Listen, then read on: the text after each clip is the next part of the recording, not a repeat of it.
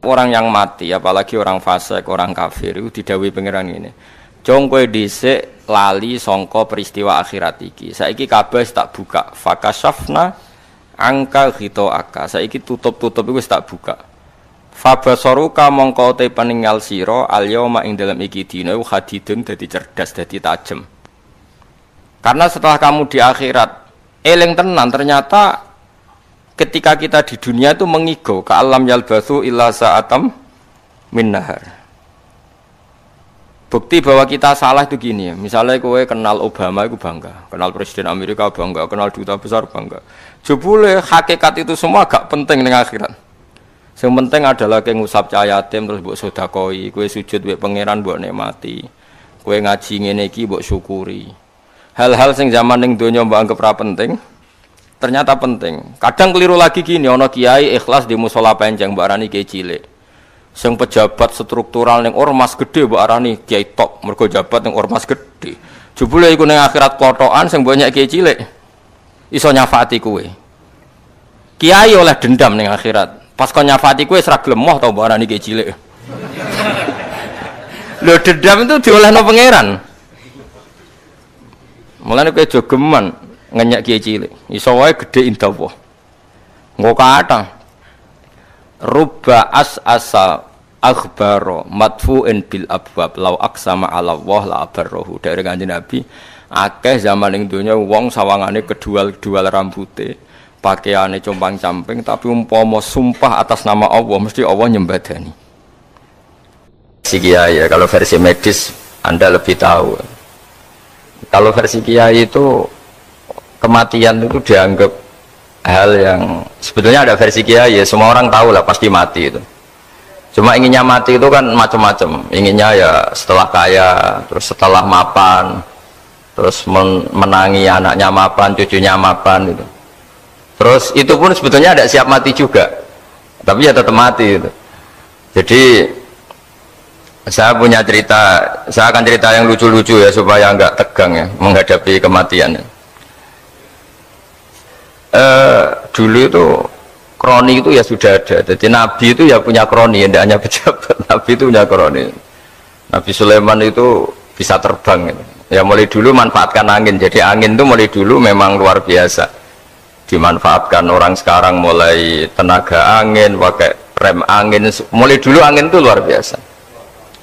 Nah itu teman dekatnya Nabi Sulaiman tuh ya agak sopan tuh bilang gini, itu Pak Nabi itu kalau nanti ada malaikat Israel saya pinjam anginnya supaya tidak bisa ngejar saya katanya. Jadi mulai dulu tidak hanya pejabat, Nabi pun ya punya teman yang agak-agak gimana gitu. Suatu saat malaikat Israel disuruh nyabut orang, misalnya namanya siapalah, nanti saya sebut ada yang tepaan sama nanti tersinggung ya, semuanya siapa gitu. Yang jelas namanya ada Agus tidak Bambang karena bahasa Arab gitu. Itu orang ini cabut di India gitu. Nabi Sulaiman kira-kira ya di Palestina kira-kira gitu. Si orang ini ternyata di dekat Nabi Sulaiman. Nah karena Nabi itu kan orang hebat lah, sehingga malaikat ya kadang silaturahim ke para nabi. Israel sendiri ya kadang-kadang silaturahim ke para nabi. Silaturahim yang paling nggak disukai ya silaturahimnya malaikat Israel. Datang ke Nabi Sulaiman, sebenarnya niatnya silaturahim. Ternyata ketemu orang itu, kok kaget malaikatnya. Waduh ini gimana ini? Kok saya disuruh nyabut di India, kok orangnya di Palestina? Nabi Sulaiman kira-kira di kawasan Palestina, di wilayah yang katanya Israel itu. Karena Palestina kita tahu kan, menurut pemerintahan Israel itu wilayah Israel, menurut Palestina pemerintahan apa? Palestina. Tapi Indonesia alhamdulillah sampai sekarang itu nggak mau atau tidak punya hubungan diplomatik dengan apa?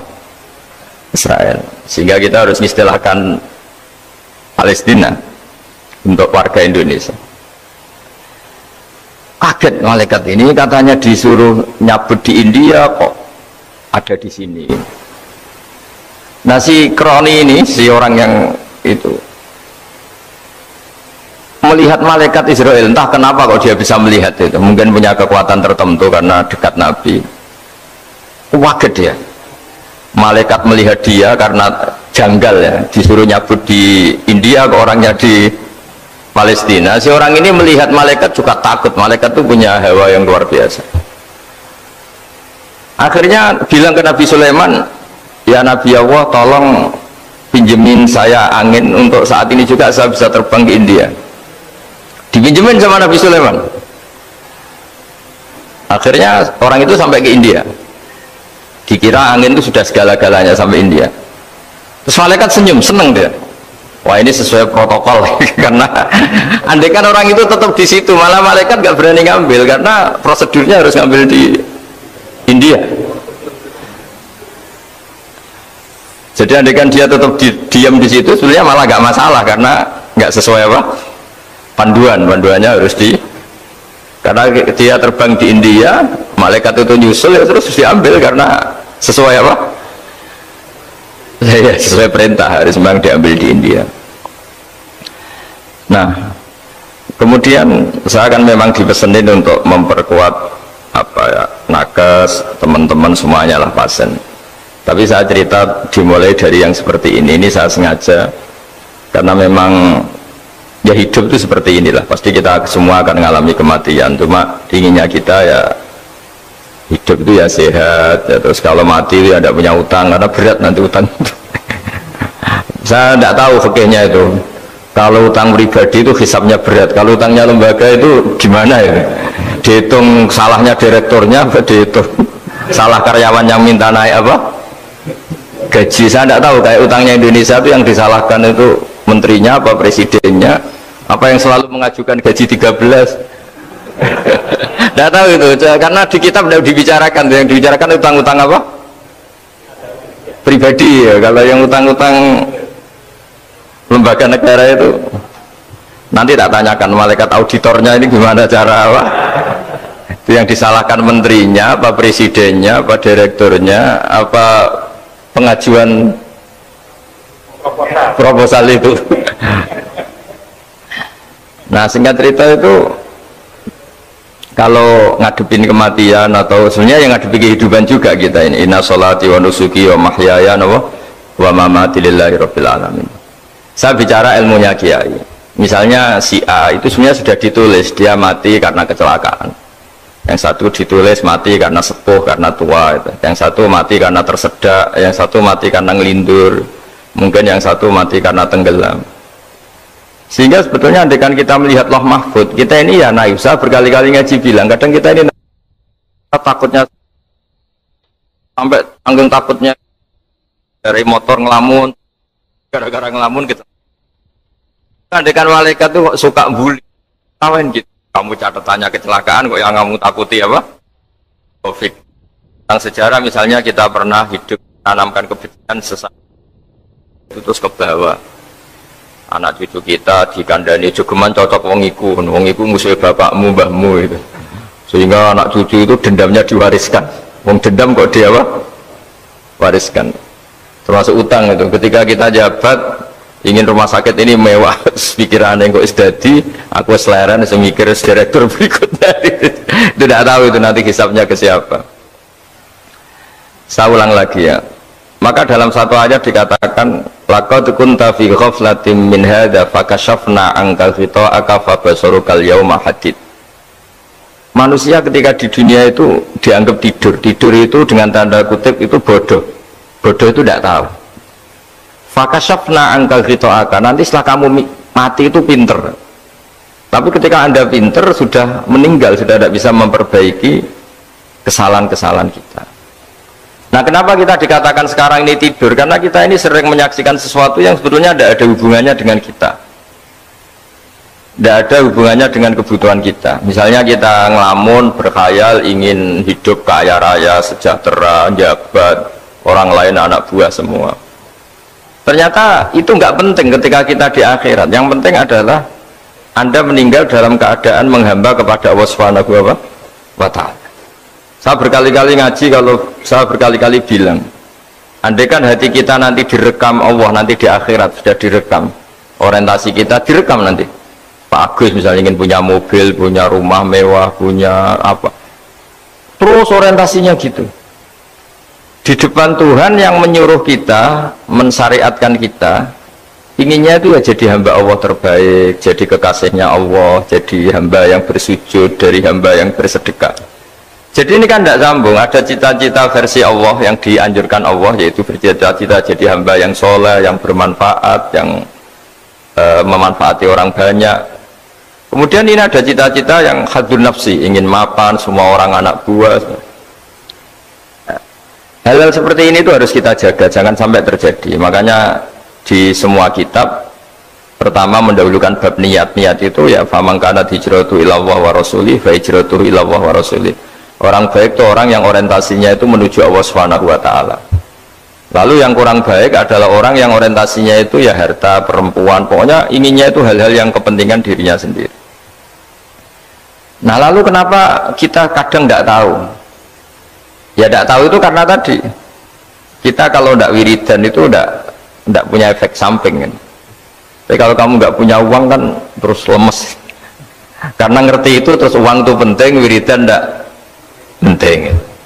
Nah, dari kesimpulan itu sebenarnya kita menjadi bodoh. Karena menjadi bodoh ketika Anda meninggal ternyata uang ini nggak penting, wiridan ini penting. Tapi tahu kita terlambat setelah kita meninggal. Nah, di sini saya ingin mengingatkan apapun kondisi kita, yang jelas itu ingat selalu kepada Allah Subhanahu wa taala. Caranya ingat gimana? Kata Nabi, kamu bayangkan musibah yang lebih ekstrim, kamu akan tahu yang kamu alami itu ahwanu wa aisar, yang kamu alami itu ringan sekali, ringan seringan-ringannya. Saya beri contoh ya, kalau Anda belajar, kalau dalam bahasa pondok itu falak, mungkin kalau bahasa umum itu apalah, ilmu apa, misalnya orang ahli meteor, ahli apalah, ahli perbintangan, ketakutannya pasti benda langit ini jatuh kemudian menimpa bumi. Nanti kalau Anda ahli geologi itu takutnya bumi ini likuifaksi karena sumber daya alamnya sudah begitu dikeruk, dimanfaatkan. Nanti yang ahli teroris atau yang ahli ekstremis itu takutnya itu ada teroris. Yang ahli sosiologi takutnya Indonesia itu chaos. Kalau chaos ya saling bunuh, saling. Jadi semuanya ini, ketakutan ini semuanya mengarah terhadap kematian. Kecelakaan lalu lintas ya menjadikan orang mati, likuifaksi kayak kemarin di Sulawesi ya, iya, gunung meletus, gempa, tsunami. Nah, ketakutan yang menjadikan kematian sebenarnya banyak. Kalau baru tsunami aja ya orang takutnya ke tsunami, nanti kalau ada kematian gempa ya takutnya gempa, kalau temanya COVID ya takutnya COVID. Terus kalau ada tetangga mati karena ngelindur ya baru gue nak turu, hati-hati nggak nak mati ngelindur. Jadi ya masalahnya kan kita nggak tahunya itu ya tadi takutnya COVID, ternyata catatannya itu mati kecelakaan, takutnya kecelakaan ternyata matinya itu ngelindur, kan kita tidak pernah tahu. Dari tidak pernah tahu itu kemudian agama datang dengan anjuran, sudahlah kamu tawakal bahwa semua urusan kamu di tangan Allah Subhanahu wa taala. Inna sholati wa nusuki wa mahyaya wa mamati lillahi rabbil alamin la syarikalah. Yes, ibadah kita, sholat kita, hidup kita, mati kita semua di tangan Allah Subhanahu wa taala. Sehingga dengan berpikir begini ini melihat COVID itu ya kayak melihat potensi kematian yang lain, kayak karena gempa, likuifaksi, kecelakaan, karena ngelindur, karena macam-macam. Kenapa saya membuat apa atau menyarankan ya supaya orang berpikir demikian, supaya bersyukur bahwa kita ini dihimpit, disekelilingi penyebab kematian tadi. Kalau kita ahli meteorologi mungkin takutnya itu asteroid jatuh, terus kemudian meteor jatuh yang nggak habis digesek oleh sistem alam, terus macam-macam. Yang ahli gempa juga takutnya gempa, yang ahli tsunami takutnya tsunami, yang ahli sosial takutnya Indonesia chaos, kemudian saling apa? Bunuh, saling apa, dan sebagainya, dan sebagainya. Nah, dengan keadaan seperti ini kita ini baik sekali. Bukan sekedar baik sekali, kita tidak mengalami chaos sosial, kita tidak mengalami likuifaksi, kita tidak mengalami benturan benda langit di bumi kita. Karena itu sekali terjadi, bukan 1-2 lagi, tapi habis seluruh Indonesia, mungkin seluruh dunia. Nah, di sini cara Allah membuat kita selalu bersyukur bahwa hal-hal itu tidak terjadi. Jadi ada sebuah ayat yang Allah selalu mengingatkan, Aamintum man fis sama ayakhsifa bikumul ardo fa idza hiya tamur. Kamu boleh sekali-kali berpikir bumi ini justru potensinya itu likuifaksi, potensinya itu hancur karena di bawah itu ada magma, ada apa minyak, ada macam-macam. Ini kan di bawah ini kan ngerongkong coro Jawa itu karena diambilin terus. Biro-biro diambil ya ini ya ono masih bisa dipakai. Belum sistem bumi sendiri, wafil arti kita mutajawirat, bumi sendiri itu berupa lempengan-lempengan. Setiap saat itu potensinya geser, sekali geser ya jadi gempa itu. Terus belum benda langit yang potensinya juga jatuh, sekali jatuh ya habis kita. Jadi yang kita ini dikepung sekian potensi yang bisa menghancurkan kita. Tapi nyatanya mulai Nabi Adam sampai sekarang itu ada kehidupan, ada khayal. Sing Joko yang kepengen payu rabi, mungkin sing wis payu rabi yang mbah kepengen mbah roh, macam-macam lah. Tapi yang jelas itu wong dikepung kematian kok ya khayalnya masih tinggi. Lah nggak pernah ngayal ya orang yang utang ditagih itu, gak kok berngayal. Soalnya wedine tanggal kredit itu. Tapi ini saya cerita supaya orang Indonesia itu ngerti lah bahwa yang ngepung kita itu tidak hanya COVID.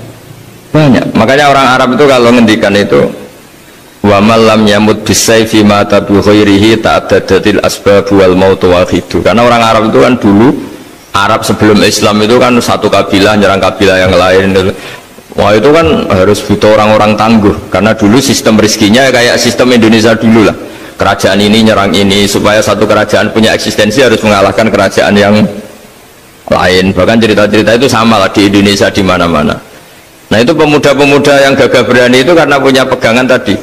Wa man lam yamut bisayfi toh mata biwirihi. Kalau kamu tidak mati di medan perang ya tetap aja mati juga. Sehingga mereka kendel gitu kata cerita orang dulu. Ta'addadatil asbab wal maut wahidu. Sebab kematian bisa macam-macam, tapi kesimpulannya tetap saja namanya mati. Lalu Islam itu mengajarkan aksiru min dzikri hadhimil ladzat. Kamu harus banyak ingat mati. Tapi uniknya Islam itu menyuruh ingat mati itu disuruh justru semangat hidup. Karena kita butuh bekal itu. Jadi kalau kamu ingat mati itu jangan terus loyo, terus nunggu takdir mati itu enggak, malah disuruh semangat. Nah, tenaga medis semangat mengobati pasien, yang pasien juga semangat apa? Mensupport dirinya supaya punya keberanian hidup. Orang Jawa nunggoni anak, nunggoni putu. Kalau saya sebagai kiai ya nunggoni santri, nunggoni umat. Jadi ingat mati itu justru dengan cara mencintai hidup. Karena hidup ini adalah bekal kita untuk sanggup ketemu Allah Subhanahu wa taala. Kadang-kadang bekal itu mudah sekali. Ada orang nakal gara-gara minumin anjing yang baru haus, sama Allah dimaafkan. Ada orang yang pulang dari tempat kerjanya, ada duri di tengah jalan, disikirkan takut kena orang, diampuni Allah, akhirnya menjadi ahli apa? Surga. Ada orang yang kerja untuk orang tuanya, kemudian orang tuanya dicukupin menjadi ahli surga. Bahkan ada ahli surga itu ceritanya itu, tapi ini jangan dicoba. Ada orang sudah jelas niat nyonjau, niat zina, sudah tinggal itu terus mikir dia, saat itu takut Allah gak jadi, barokahnya gak jadi langsung dia jadi ahli surga. Sarannya gak jadi loh ya. Tapi ya udah usah dicoba. Itu kalau keterusan masalah. Jadi Islam itu menganjurkan ingat mati, tapi justru dengan cara mencintai kehidupan. Karena yang jadi referensi Allah nanti di akhirat adalah perilaku kita, amal kita zaman apa? Hidup. Jadi disuruh ingat mati, tapi justru dengan cara sangat mencintai apa? Kehidupan. Lalu yang dinamakan kehidupan itu apa? Ya kita-kita ini, ada yang mengkhidmati agama, mengkhidmati orang sakit, mengkhidmati itu ya berbakti, membantu. Ada yang nata lalu lintas, ada yang nata keamanan kayak Pak Polisi, ada yang nata keuangan kayak Kemenku, macam-macam. Semuanya harus kita cintai, profesi-profesi yang oleh Islam dianjurkan untuk kita nekuni itu. Jadi saya mohon lewat cerita ini orang itu tidak fokus takut COVID. Kasihan COVID kan jadi tersangka pembunuh sini. Padahal di kampung-kampung orang lugu-lugu yang saking nggak ngertinya itu kalau dikasih sumbangan tuh katanya itu salam yang COVID matur nuwun. Itu ribet kalau orang lugu-lugu itu. Dikira COVID itu satu makhluk atau manusia yang apa? Nyumbang itu. Jadi saya mohon semohon-mohonnya, seminta-mintanya, sampean harus ngitung nikmat lah. Dengan sistem meteor seperti itu di langit tidak jatuh ke kita, sistem bumi yang sudah merongkong gini tidak likuifaksi, terus di dunia ini banyak kimia, banyak racun, itu kalau misalnya meledak kemudian dibawa angin mungkin matinya lebih massal. Ternyata semua itu nggak terjadi. Artinya nikmat yang sekarang kita dapatkan, kita nikmati sekarang itu jauh lebih besar ketimbang ketakutan kita. Nah, ini Islam selalu menganjurkan fadzkuru ala Allah la'allakum tuflihun. Selalu ingat sisi-sisi nikmatnya Allah. Kamu jangan hanya sisi wah kita dikepung Covid, kita punya istri judes, punya anak nggak nurut, punya atasan sadis, punya anak buah nggak loyal. Kalau gitu terus ya kamu nggak berani hidup. Yang diingat masalah terus. Itu salah, hidup seperti itu salah menurut Islam. Yang Islam menganjurkan fadzkuru ala Allah, kamu ingat sisi-sisi nikmatnya Allah, bukan sisi-sisi kita hidup itu diuji. Saya punya sekian cerita ulama-ulama yang unik, yang punya nasihat itu. Jadi ada orang kaya raya dulu temannya banyak, anak buahnya banyak. Suatu saat dia miskin terus gak ada yang berkunjung. Terus dia ngeluh, curhat ke ulama itu. Ketika saya kaya yang berkunjung banyak, ketika saya miskin kok nggak ada yang berkunjung, kurang ajar betul teman-teman saya. Terus kata kiai itu lucu kalau anda nih, ya bagus gitu dong, ketika anda miskin tidak ada yang berkunjung. Loh kok bisa? Ya misalnya kamu sekarang jadi buruhnya orang, pas disuruh-suruh dibentak-bentak, terus teman kamu udah datang, malah kamu jadi tontonan toh. Mendingan nggak ada datang, jadi kamu ketika buruh orang nggak malu karena teman-teman kamu sudah tidak datang. Ya alhamdulillah kalau gitu ya. Satu hal yang dia dulu nganggap problem, iya kan, kalau kamu misalnya dulu kaya, temannya banyak, jabat, terus yang takut banyak, ketika sudah miskin Yun Sawu jadi buruhnya orang, disuruh-suruh, terus teman kamu tetap datang, siap nggak ada? Siap datang apa siap nggak datang? Lebih siap nggak datang sebetulnya, karena nggak jadi tonton. Akhirnya dia sadar. Ya gitu, kalau dikeluhin istri saya ini judes, ya sering marahin gini-gini. Ya bagus dong marahin kamu, kalau marahin tetangga malah masalah. Coba kamu punya istri kalau marah marahin orang lain, pusing enggak? Mendingan marahin. Jadi pokoknya dilatih terus. Lama-lama dia bersyukur. Nah termasuk cara kita melihat kehidupan. Ada doa Rasulullah SAW yang luar biasa, ya Allah jadikan kehidupan ini sebagai penambahan saya untuk berbuat baik. Wal mauta rohatan li min kulli syarrin, kalau saya engkau takdir mati ya anggap mawon nih mati itu berakhirnya semua potensi keburukan saya. Orang itu kan potensinya dua, buruk betul atau potensi buruk. Mungkin sekarang kita tidak korupsi, tapi aja suatu saat kita korupsi. Mungkin sekarang kita tidak salah, suatu saat potensi salah. Dan mati itu mengakhiri itu semua. Makanya saya berkali-kali cerita kalau ngaji, kalau orang-orang alim NU itu kalau ada bajingan mati tetap dia seksa ini baik dia. Itu tetangganya nggak mau semua. Wong bajingan udara ini baik, tapi kiainya ngotot harus disaksikan kalau ini baik. Akhirnya mereka bilang ya baik-baik, padahal di hati kiainya sudah tidak bisa garong lagi, tidak bajing lagi, ya baiklah gitu. Jadi sehingga orang-orang soleh itu melihat hidup itu ya biasa, melihat mati itu biasa, karena hidup adalah sarana kita menambah kebaikan, dan mati adalah akhir dari segala keburukan kita atau potensi keburukan kita. Jadi Islam itu mengajarkan kita gimana menghadapi kehidupan, juga gimana menghadapi apa? Kematian. Jadi saya ulang lagi, itu ajaran-ajaran Islam yang luar biasa. Jadi ij'alil hayata ziyadatan li fi kulli khairin wal mauta rohatan li min kulli syarrin. Jadi hidup menambah kebaikan, kalau kita mati anggap saja mengakhiri semua buruk kita kalau kita sedang buruk atau potensi keburukan kita. Saya cerita ringan tapi supaya diingat-ingat.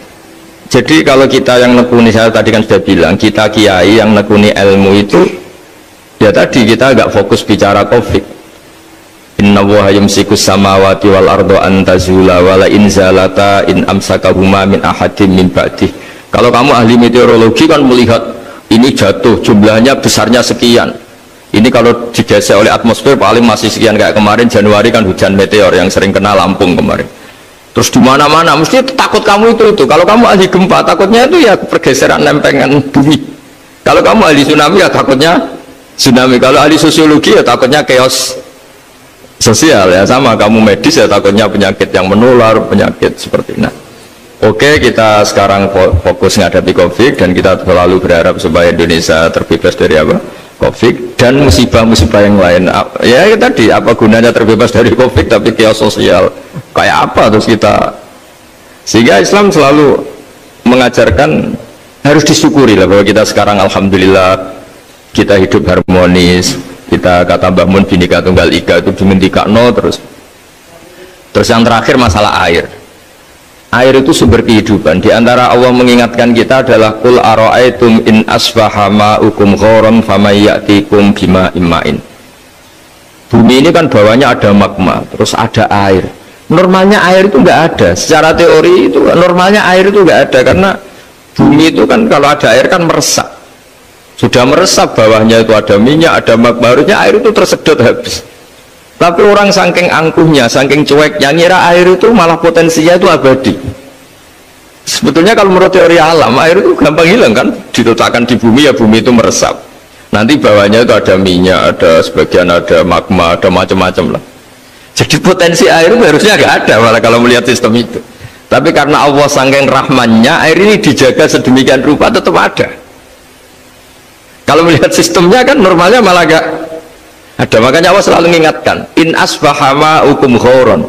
Suatu saat air yang kamu pakai yang jadi sumber kehidupan itu bisa saja tahu-tahu hilang, mungkin tersedot oleh panas bumi atau corong Jawa niku nyeresep entek atau gimana lah cara Allah menghilangkan. Famay ya'tikum bima'in ma'in. Lalu siapa yang bisa mendatangkan air itu lagi? Ini kata para hafidh, ini yang kata guru-guru ya, termasuk yang dikatakan Pak Mukhtar ini.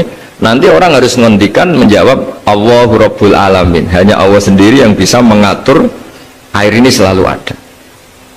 Itu Pak, kalau kamu pikir kan air kamu sokkan di bumi kan mesti langsung hilang, meresap ke bumi. Bumi ada bawahnya lagi, ada bawahnya lagi, dan mungkin bukan yang paling bawah mungkin tomak, harusnya itu nggak ada. Tapi Allah saking sayangnya mengatur sistem air itu ada dan tersedia. Tapi ketika orang terlalu cuek dan angkuh sampai lupa syukur tersedianya apa? Air itu Allah mengingatkan, disuruh bayangkan kul ara'aitum, coba bayangkan kalau in asbaha ma'ukum ghoron. Tadi kan ada khataman ya, saya ikut, terima kasih. Bayangkan kalau air suatu saat itu ghoron menjadi hilang. Fama ya'tikum bima'in ma'in. Jadi saya tidak bisa spesifik memberi nasihat tentang COVID karena ya tadi yang bisa membunuh kita ini banyak. Ya, tsunami ya bisa bunuh, gempa bisa bunuh, likuifaksi bisa bunuh, jatuhnya benda lain kita bisa bunuh, takut tanggal utang kaget ya bisa bunuh. Macam-macam, semacam-macam lah, ngelindur ya. Kemarin mudik aja yang sebelum tertata rapi aja, mudik aja berapa kemarin kalau ada apa mudik lebaran yang tahun berapa, 3 tahun yang lalu apa 4 tahun yang lalu dulu. Jadi saya mohon, ketakutan kita adalah yang hakikat adalah takut jadi hamba yang tidak baik. Itu yang harus jadi ketakutan sejati.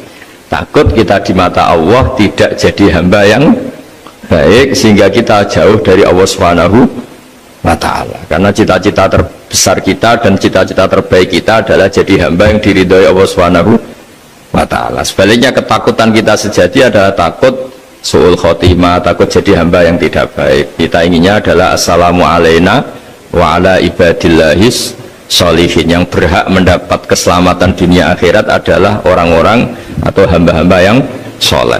Ya tadi untuk menjadi soleh itu gampang di Islam itu. Tenaga medis nolong pasien ya ibadah, pasien husnudzon sama dokter ya ibadah, mengelola hidup, ingin hidup ya ibadah, anak ngurus istri, pokoknya anak yang ngurus keluarganya juga ibadah. Semuanya itu di Islam itu asal tidak maksiat itu dianggap apa? Ibadah. Dan untuk orang menjadi kekasihnya Allah kayak tadi, ada orang yang karena merawat hewan dijadikan walinya Allah, menghilangkan duri atau pengganggu di jalan jadi kekasih Allah. Itu cerita-cerita itu semuanya ringan. Bahkan tadi ada yang cerita sekedar ingin maksiat dan tidak jadi. Dalam Islam itu kan gitu, orang yang merencanakan maksiat kemudian tidak jadi, itu ditulis pahala. Jadi gampang sekali untuk menjadi orang soleh dalam Islam. Kalau tidak bisa itu semua, kata Nabi, takufus syarroka anin nas fa inna sadaqatun minka ala nafsik. Kalau tidak bisa berbuat baik sama orang lain, yang penting tidak mengganggu orang lain. Terus kan enak seturu ning omah ngelamun bengak-bengok dhewe aja banter-banter tapi nak bengok-bengok banter-banter kan ganggu tangga.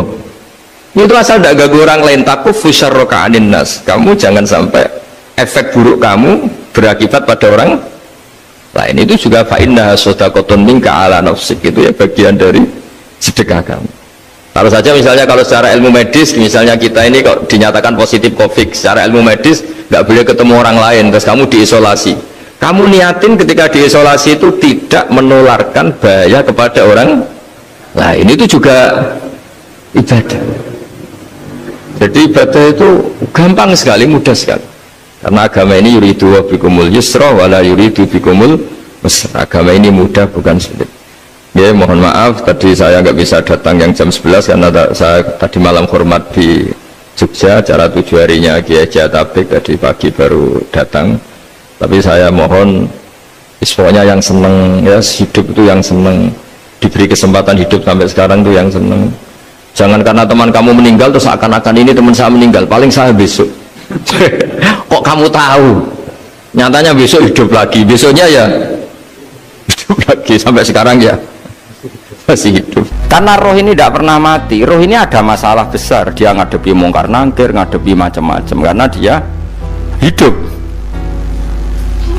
Nah kemudian cerita yang kita ingkari adalah yang berlebihan, kayak cerita kejawen nak malam apa mulai terus neng kamare dikai rokok, mergo zaman ning donya seneng rokok. Rokok wis kaleng cung, wis dirumbuk di rokok mbahmu. Ono kadang dikai gemblong jare senengane bae, bareng cokot tikus jare bae wis mulai. Lah itu yang kalau itu gak trimo bid'ah Kang, iku ngawur tenan lah iku. Daerah-daerah tertentu nggih ke atas sing ngoten niku. Lah nek senengane dhuwit yo dikai dhuwit nek kamar. Agar dhuwit ilang jare wis dijuk bae. Lah nek iku mboten enten sanate. Makanya roh itu nggak pernah selesai didiskusikan ulama. Ya terus ketikane para ulama tafsir, ketikane para ulama tafsir niku taruhan pertama lafadz niku hakikat. Hakikat niku yo hakikat. Misalnya urip niku yo ambekan, urip niku ambekan, mati niku mandek ambekane. Kita takoki misalnya tarife mati ku ya. Ora urip apa ora ambekan? Mboten jawab lho, ora sampean tak latih ilmu mantek. Sing diarani mati niku cara ilmu mantek ya kok didul hayat, angger gak urip ya mati. Terus alamat mati ku. Nah cara medis iku misale napa jantungnya berhenti tapi detak napa jantung tapi napa niku berhenti. Kemudian agama ini ruang tenan nggih. Agama itu menyisakan satu fakta yang enggak terbantahkan oleh siapapun. Gini ku misalnya begini, sampean saya tanya, orang itu kalau mati itu karena apa? Rohnya dicabut kan? Rohnya dicabut, terus disebut mati. Lalu yang mati itu apa? Rohnya apa jasadnya? Jasadnya, karena roh itu maknanya kehidupan atau nyawa.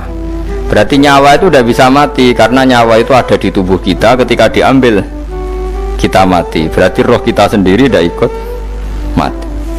Sehingga orang paling sekuler sekalipun itu akan berpendapat bahwa manusia itu kehidupannya tidak berakhir ketika mati, karena yang mati itu hanya jasad. Sebab itu zaman orang Yahudi, orang Nasrani, orang kafir Mekah pun mengakui kalau roh itu hidup dan itu yang bertanggung jawab. Makanya disebut wa yasalunaka anir ruh qolir ruhu min amri rabbi. Jadi niki penting kula aturaken. Sebab niku ya ora ono mati. Makanya kalau orang tasawuf ditanya, apa mati itu ada? Ya ndak ada. Mau petualangan pengalaman. Cara orang tasawuf fisik kita ini problem, gara-gara kita punya fisik kita jadi goblok. nganggep duit penting, pangkat penting, terus kenal sampean penting, urip sing ra penting-pentingmu cara kita penting. Tapi nanti kita kecewa sekali dengan kehidupan ini, sangat-sangat kecewa karena yang kita penting ternyata tidak penting. Misalnya begini, nanti sampean akan tahu makna ayat yang disebut di surat Ar-Rum. Oke, kita goblok dulu ya. Nggih, mungkin latihan goblok sih, engkau bar goblok terus pinter. Engkau gobloknya gak masalah, sementing ini pokoknya latihan sih. Tak jamin ilmu saya ini benar dalam konteks ini. Misalnya orang benar terus ya tahu bener. Sama tak beda ya, wong mati itu berarti dicabut rohnya, terus roh sendiri mati ndak? Ndak.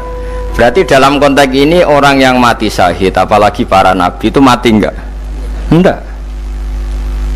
Sehingga istilahnya Allah, orang yang mati syahid ya ndak mati, para nabi ya ndak mati. Sebetulnya kita pun yang fasik itu ya ndak mati. Cuma karena kita ini rohnya itu mungkin buruk, dikekang oleh malaikat, dipelindes, dipenjara sehingga gak iso berkeliaran. Beda nak para nabi iso jalan-jalan. Mulane masyhur kanjeng Nabi ngendikan ketika beliau mau kabundut itu, sahabat mau nangis, jare Nabi malah dawuhe ringan ya. Malah apik cung aku nak mati jare. Kok gitu ya Rasulullah? Masyhur itu hadisnya itu, hayati khairun lakum wa mamati ya khairul lakum. Aku mati ya apik, urip ya apik. Wa amma hayati fali asunna lakum as-sunnah. Aku nak urip akan mentradisikan satu sunnah yang bisa Anda tiru. Ya sunnah caranya sholat, sunnah caranya zakat, sunnah caranya berperadaban dengan istri, dengan tetangga, macam-macam. Sunnah di sini artinya bukan sunnah madzhab fikih yang wali ane wajib tadi, napa? Perilaku, napa? Perilaku. Terus nak kabudut ya Rasulullah.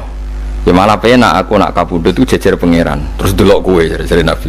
Nak kelakuan apik aku muji pangeran. Nak kelakuan elek wong aku supaya parak pangeran tak jalukno sepuro. Mane ndak blekem terusno ae mergo selain bakat ya ana sing jalukno napa? Sepuro. Lah prop sajane kowe lah ya urip. Kowe misale mati saiki lah ya urip, tapi kan gak duwe hak jalan-jalan. Berarti dulu malaikat terus wow panjang no. Mulane sampai butuh napa?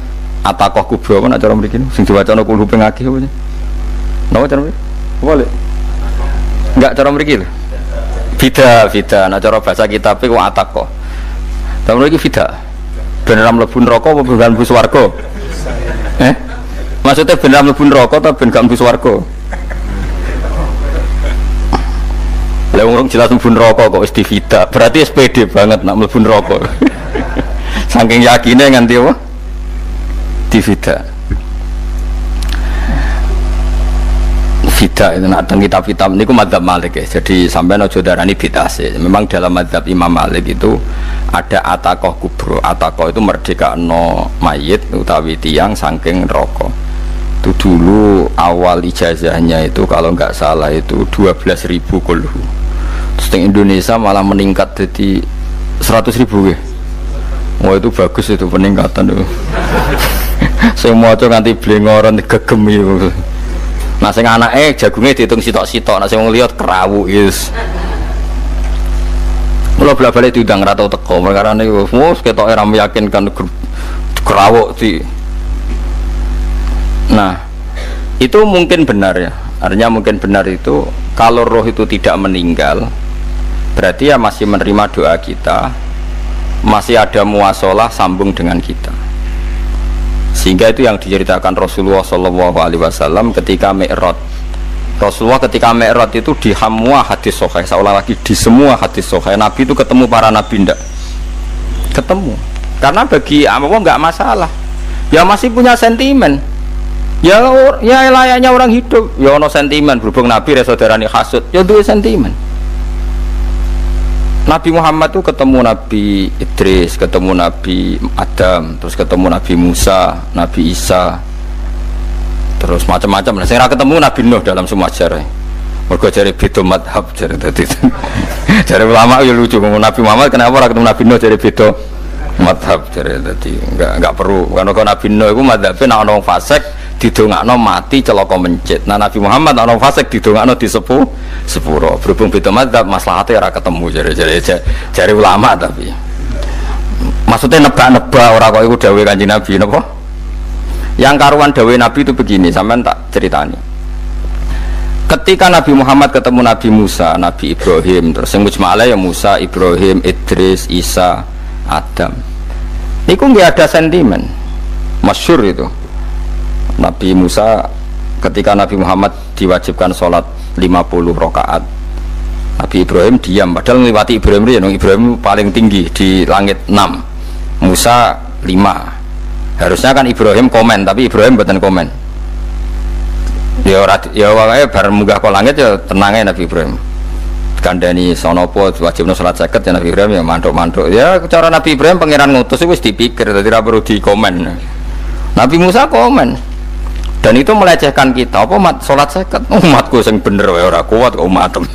Seakan-akan kita ini lebih buruk ketimbang umat. Ya, cara aku dadi Nabi Muhammad. Muhammad itu nabi yang meskipun afdhalul khalqi tapi kan junior ya ora bantah. Cara kula Nabi tak bantah beda umatku. Tapi Nabi Muhammad tuh gak seneng debat tuh karena punya akhlak ya. Cara Nabi ini kuwe ngawur umatku coba padakno. Nabi Musa jelas ngendikan umatku ora kuat apa meneh umatem. Seakan-akan kan karena umat dia gak kuat, selainnya pasti lebih gak kuat. Padahal tidak juga. Mulane kula seneng kados saya Itali di Zainal Abidin, salat sedina 1000 rakaat. Berarti Nabi Musa ketok keliru nih. Jadi sopo saya rakaat ra kuat. Aku di umat Ali Zainal Abidin sedina 1000 rakaat. Kalau nate sholat sedina 300 rakaat, pisanlah tahu. Paling kan ketemu Nabi Musa kalau nate. Tapi mau tahu tok aja kon terus. Lho itu kiang-kiang kuno nak Ramadan cek kuat lho ya. Tarawih kan wis piro? 23 ya. Iku nak sing waras bengi cek tahajud piro? Enggak 23 tahajud standar piro to? 12 kok 2 wah amatir. Wah. Kowe wis gak murahan tenan Kang. Tahajud itu standare piro to? 13 Kang. 13 iku tahajude 12 witire sita utawa tahajude 10 witire 13. Kabeh riwayat itu 12 Kang. 12 witire sita berarti 13. Berarti 3 guys gawe 20 sik. 20 ambek 13 piro? 33 tambah 17 rakaat. Pinten? Mun 50 kan sholat 5 waktu kan 17 rakaat. Engko ana sing rodok kiai kan qobliyah ba'diyah. Asal coba diasar lho.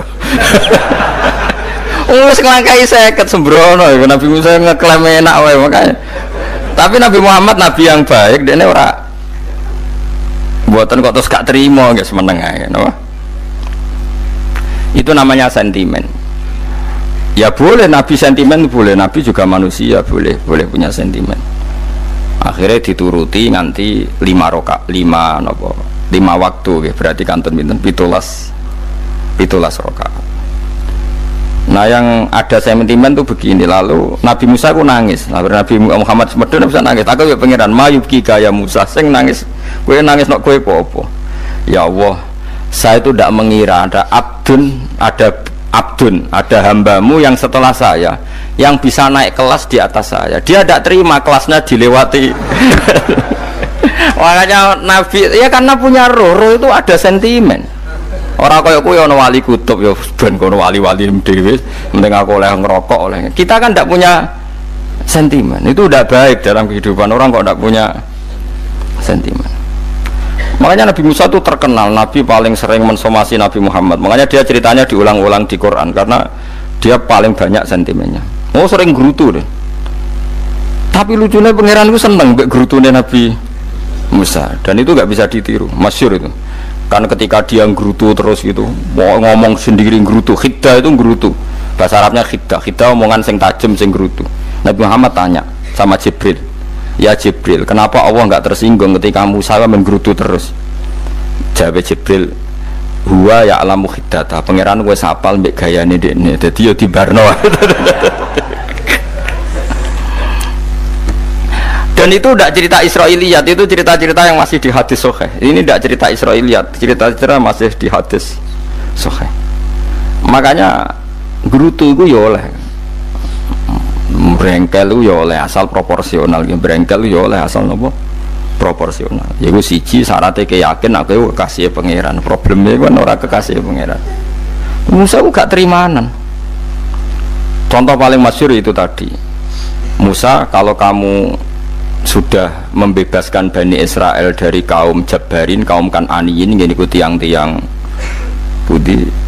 Kalau nantrang lagi kurang isos, pokoknya bangsa Palestina. Tapi ajaran yang Palestina bukan Kan'aniyin, pokoknya angel, pokoknya Kan'aniyin. Coba, gak usah diterjemah sensitif. Kamu tak kei Taurat. Bareng jari setelah kaum Kan'aniyin ditaklukkan Nabi Musa, sowan neng Turisina. Turisina itu gunungnya niku mulai Yordan ngantos kawasan Mesir, wis pol gede nih. Niku sinten Nabi Musa ngajak waqtara Musa qaumahu sab'ina rajulal limiqatina. 70 orang pilihan ya cara kene santri pilihan, kiai pilihan dijak. Pokoke singkat cerita Nabi Musa mojok sebab piye umat umi piye pokoke terus nggawa Taurat. Umat sing 70 wong brengkel lan nu'minalaka hatta narawaha napa jahra. Kok enak sampean mojok dhewe terus muni ketemu pangeran. Kita ndak bisa percaya kalau enggak melihat Allah sendiri. Gentenan pangeran sing tersinggung, wong ora nabi kok kecangkeman njaluk koyok nabi, ora levele njaluk ora pangeran. Terus akhirnya disamber bledek mati pokoknya. Bareng mati Nabi Musa malah lucu. Ya Allah, tiang 70 tak jak kon dadi seksi, nak jenengan mateni terus seksine sinten? Sepundi jenengan kudu diuripno. Akhirnya pangeran diuripno. Perkarane dikomplain Nabi Musa. Jadi Nabi sering gremeng, sering komplain pangeran Nabi Musa. Tapi pangeran seneng wong kekasih, yes bener wae. Mulane wong penting dadi kekasih pangeran sih. Engko keliru-keliru ku bener wae. Tapi nek ora kekasih bener wae kok salah musuh. Wis pidato pengajian nak siar Islam, tapi nek ora kekasih disalahno mbek pangeran. Ana wali ku nak salat iku ora tau kok jero masjid. Iku wali. Padha mbek sing saf awal. Sing saf awal gak trimo salat ning jopo kok. Wali, ya kok dhuwur. Ditakoki, kena nopo jenengan kok wali padahal nak salat kok guri kok jaba jare. Aku iku isin sowan pangeran kok ngarep mergo dosaku iku akeh. Baro kaya sopan rawani kok ngarep iku ngrasa. Dadi sing seneng sofa awal ya wong pede-pede. Tapi aja nut iki ilmu kok aja nut. Ora ngeteruske muni sofa awal gak sunat. Dari Gus Bawo sesat kaya ngomong ngono. Sembrono. Maksudnya kabeh kok ana ilmune. Mana kalau nak sholat gue guring ya nak ilmu nih. Mereka nak gue ngarep imamnya dredeg faktor itu. Jadi yo no wali mereka sholat gue guri. Ini astaghfi minallah. Aku isin be pangeran. Nah aku sing atadan nasubidunub aku urung bersih kok sholat gue. Ngeten lagi. Kulo niku mbok arani ijazah, mbok arani misal ya misal. Saya nunimu. Pokoknya aku ngomong secara hak. Kulo niku ya kiai. Bolak-balik kadang ono wong Gus kiai kadang dijajal disantet wong. Kulo nu ape ndonga tolak sandet ku isin. Isin kulo iku ngeten, perkarane ngene tok Gus Afif. Kulo lho sampean anut kulo ya oleh. Ora ya ora apa-apa wong. Ora mbok nego ya ora patheken. Isin kulo ngene. Dukun santet ku ape nyantet ku ora mantep ambek ilmune. Lha iku iso nyantet. Lah kowe ku hafal Quran kan kudu mantep mbek Quran kok gak pede. Lha ngono barang batil mantep mbek batil, iki barang hak ora mantep mbek hak. Mulane cara Nabi Ibrahim lha kowe kok ngancam aku ambek berhala la taduru wala lanfa. Dan mulane dekne Ibrahim iskal. Fa akhafu ma asyraktum wala takhafuna. Lha padha-padha kuwatir kowe, pantese malaikat Israil wae nyekik tukang santet lha apa nyekik hafid. Mestine iku kan lah iya barang wong nyantet itu kan barang batil, mantep mbek ilmu. Kowe hafid ora mantep mbek ilmu. Ngono cara aku isin. Lan kula donga tolak santet iki isin ora kok perkara sombong, ya isin ae Gusti. Wong niku kawulane jenengan fase ke mbok turuti. Kula saleh ra jenengan turuti. Mulane ya ora cara Nabi Ibrahim ngono. Lah aku ada mbok ancam mbek bro. Mulane fakaifa cara Ibrahim kok bagaimana saya perlu rasa apa? Takut. Foto-foto wajib mesti kue, mereka iktimat ambek barang selata dulu wala angka. Mestinya sing kuatir dukun santai teh, mereka ngimani barang batil. Kok malah hafidnya sing dasar gak wali blas. Maksudnya kira anak tak apa boleh, cuma kebanget. Malah boleh khisib. Iya karep. Nah, ngadepi aku padha saleh hisib-hisiban lah. Ngadepi dukun santet kok maca kok. Nah, ngadepi aku ora apa-apa hisib-hisiban. Tapi yo ora pegawean sekarang hisib nazar aku Hasan Asadili ku mono wali. Hisibe go nyerang ulama, yo mesti ra gelem. Malah aneh meneh. Maksudnya biar ora usah ora usah tuh kok ngadepi ngono biasa wae eling pangeran. Lah kok misalnya kok mati tenan, apa? Mati tenan tekset. Disantet, mati tenan ya mati takoki pangeran apa kok mati? Iki jenengan kersano mati. Ora kena nafsu ket boten Gusti dikon sadet aja mateni wong. Sing duwe sifat al-muhi al-mumit tetep jeneng. Iku Ibrahimiyah. Kan asmono makome Ibrahimiyah. Lah Nabi Ibrahim kan ngono. Wala akhafu ma tusyrikuna bihi illa ayyasha rabbi.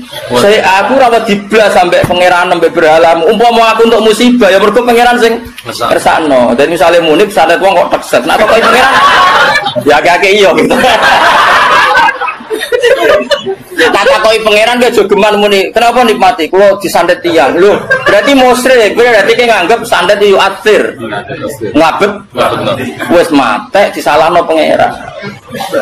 Jogeman deh, paham ya? Nak koi kenapa nikmati? Mergo disantet. Boten Gusti. Dia manjen tulisane jenengan pun kula mati. Pun nggih ngoten mawon. Ya pinter. Sumber dalam buat jalalan kalau gitu. Jadi nak mati tetap kuliah tawafakum malakul mautil ladzi wukila itu. Sing mateni kuwe ya malaikat sing tugas mateni. Soal dukun santet macam-macammu profesi jen mergaine ngono ya. Wis keben. Aku tahu loh Mas, sampai ngaji ning ujian divisi mbek panitiane. Gus mengke ngapunten biasane wonten kiai dijajal ngene-ngene. Ayo meninggal. Aku pe donga iki sen, ajane ya rada wedi. Tapi pe donga kuwi luwih isen mbek pangeran. Maksudnya isin, orang kok perkara itu isin. Ya masa pengiran tak terang, no pentingnya ngelindungi ulama itu kok. Wong cerdas ora urus diterang kok pengiran diterang. Akhirnya kula mulang tuh. Ya pede wae. Ya urip nganti saiki. Sampai panitia ini, Pak, jenengan maca rekor. Tapi biasa wae maksudnya. Bocor aku pas mangkel malah tak lawan tenang, tapi aku wong atine apik. Ora wati. Ya iki waca ayat iki. Dadi wala akhafu ma tusyrikuna bihi illa ayyasha rabbi saya. Terus dawe Imam Suyuti, minal makruhi yusibuni fayakunu. Dadi misalnya mau pe disantet dukun santet kok kowe mati. Iku cara Ibrahim ya tetep aku mati mergo kersane pangeran ora perkara dukun santet. Mergo nek meyakini dukun santet berarti pedarani ghairu wa yu'athir. Liane Allah itu iso nglabet. Berarti tauhidmu jeblok. Jadi wis kalah keok tauhide jeblok. Dadi nek takoki muni santai. Napa mati iki mayake Gus. Syukur-syukur jawab mengene apa mati kangen jenengan. Wah.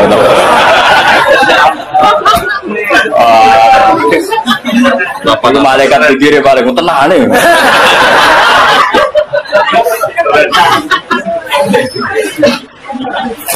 Jadi jelas ya. Jadi makom Ibrahimiyah dia, aku nggak pernah takut sama kalian. Kalaupun saya kena sesuatu yang buruk, mergo yasha Rabbi saya. Jelas ya, apa? Karena dikehendaki Allah. Enak dong ngaji yo. Yo clear yo. Yo clear yo. Yo, jadi misalnya kayak krungu kabar bocah ngaji jalalan kok mati kena santet, ki aja darane kena santet yo pancen wayahe mati. Sing mateni sapa ya Allah Subhanahu wa taala. Lah ning ndi yo neraka ora ya ora roh pokoke mati. Aja takon terus moronti bar mati. Ora roh nek iku gak swarga. Mantap swarga.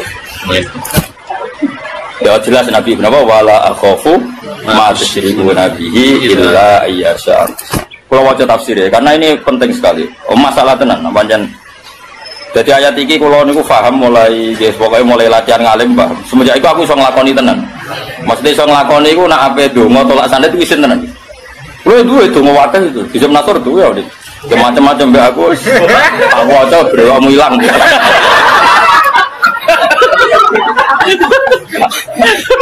Tapi kalau ora tertarik nama ngelawan wong wis kalah ora tertarik.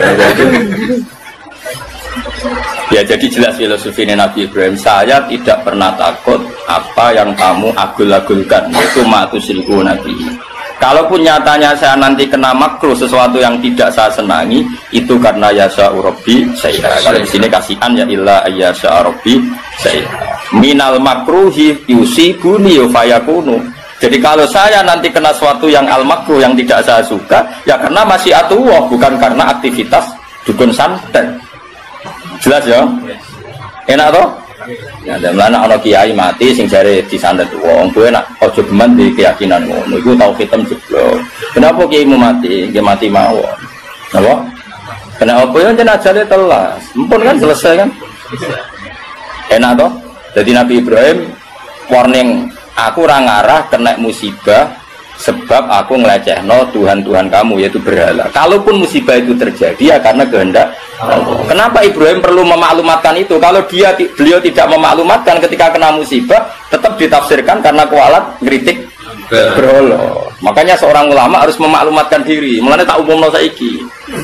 Suatu saat nak munib mati ya pancen kersane Allah. Ora kok perkara kena dikon saya. Ibrahim yang ngono, kan diancam kowe nak ora nyembah aku berhala, engko kowe kena elek, kena musibah. Jadi Ibrahim gak ngarah saya kena musibah karena faktor berhala. Kalau saya nyatanya kena musibah ya mergo illa ayyasa'rabbi syai'a karena masih aku. Jelas ya? Iya. Jadi bojomu ya omongi, aku iku asline semlarat.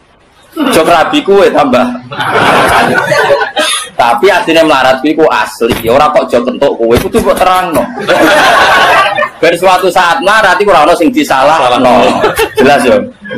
Kowe ngene iki ana asli melarat. Ora kok perkara ngaji jalan ora barokah. Ya wis pancen asline wis. Jadi apa-apa kudu dikonfirmasi ben apa? Jelas. Ya jelas ya.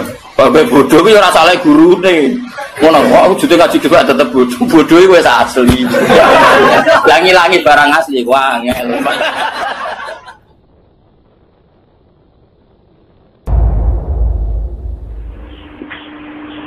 Selama ini kalau orang syariat misalnya, orang syariat itu kalau ada orang mati, misalnya Kak Ruhin mati, ini aku kan muni innalillah wa inna ilaihi raji'un, saiki Ruhin wis mate. Mate itu balik ning pengen. Itu cara wong hakikat kan salah besar.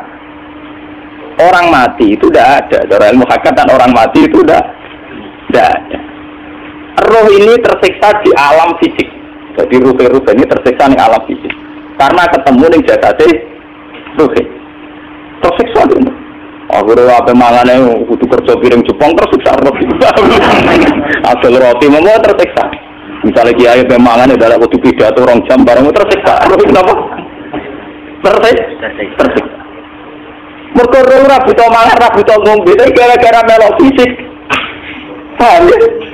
Lho itu nanti real tak warai ya, bener. Kula boten. Sampeyan betul lho guru waras maksudnya. Artinya waras secara akademik karena ada referensi, ada marojek, ya. Waras secara hakikat. Kula niku mau merasake sampeyan tinggal ilmu hakikat. Artinya saya juga ngalami ilmu hakikat. Karena ketika ini sekarang hikam, wong rata muka safa, rasa jadi ulama.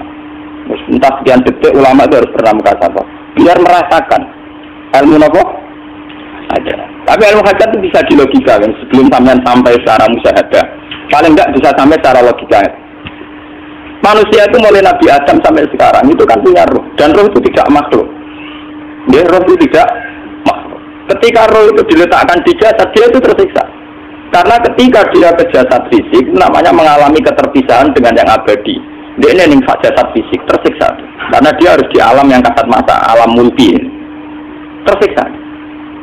Ketika dia tersiksa, melok ruhin, akhirnya pemangannya kangelan, akhirnya lesu mangan. Padahal roh tidak butuh mangan, perlu dicatat roh tidak butuh. Ora butuh gunung kidul barang, ora butuh rapi. Paham? Ora butuh putus cinta, ora butuh pegatan, ora butuh macam-macam. Paham? Tapi karena dia nempel jasad yang butuh mangan, butuh rabi, butuh wedoan, macam-macam, akhirnya roh tersiksa. Suatu saat kalau roh ini dalam bahasa manusia mati, ini dalam bahasa manusia mati. Ini hakikatnya roh itu tidak mati, dia kembali ke habitatnya. Ini disebut innalillah. Kita ini dari awal ya dengan Allah. Wa inna ilaihi juga kemudian nanti kita pasti kembali ke Allah. Dan itu diyakini betul oleh orang wahdatul wujud. Jadi kalau roh mati itu ya tidak ada mati. Terus sekarang itu kembali karena sudah lama mengalami keterpisahan mergo melok fisik-fisik dari ono kerja dasinan ono nggo proposal ruwet paham itu kita di roh napa melok ruwet karo tersiksa ngatur ra buta mangan ya ra buta proposal bocah ngalor itu tersiksa.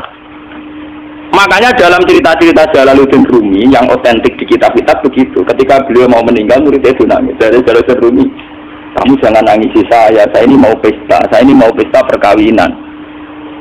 Kamu tidak merasakan penyesalan saya ini lama menyesal karena harus hidup bersama kamu. Terus saya ini tersiksa karena mengalami alam yang rusak, yang fana. Alam yang fana. Harusnya roh saya itu di alam abadi bukan di sini. Maka jangan tangisi kematian saya. Kematian saya adalah kembalinya roh ke habitatnya. Semenjak itu kematian dianggap malam perkawinan karena roh kembali.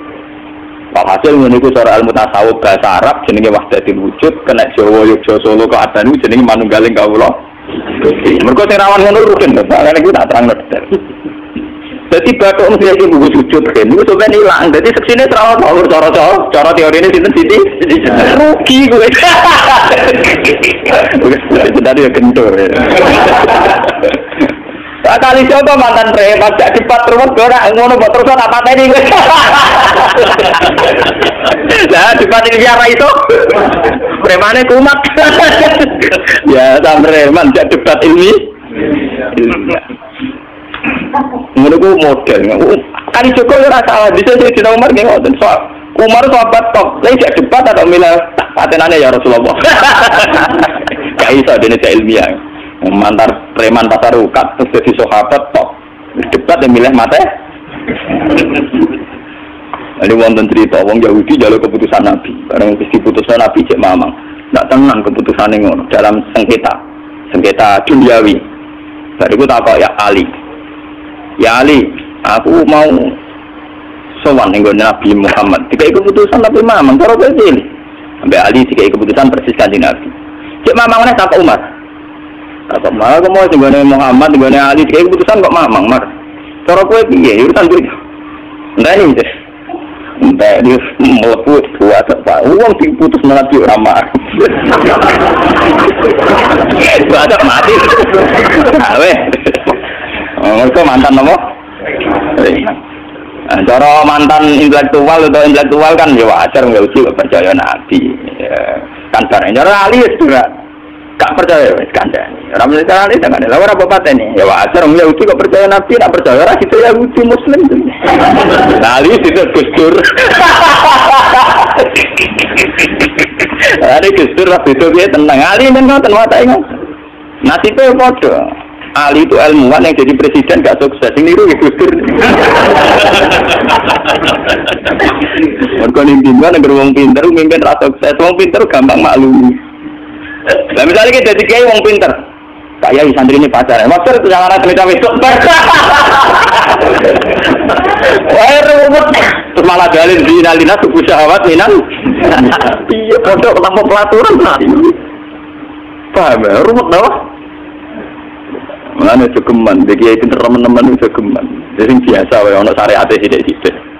Sehingga mana santri pacaran tersinggung, orang santri nakal tersinggung, sehingga orang rasanya lah dunia orang apa? Nah, guru kula urusan ilmu semi hakikat, mon gitu. Sehingga kayak Siti Jenar, cara pandang Siti Jenar itu masuk betul nih pemikiran para santrinya. Kados Ki Ageng Pengging siapa masuk betul karena masuk akal. Cara mereka apa? Betapa tidak ada artinya fisik ini. Nah, kalau semua fisik ini tidak ada artinya, kemudian yang ada artinya itu roh, perjalanan apa? Perjalanan roh, sehingga diartikan inna lillah wa inna ilaihi raji'un. Inna sholati wa nusuki wa mahyaya wa mamati lillah.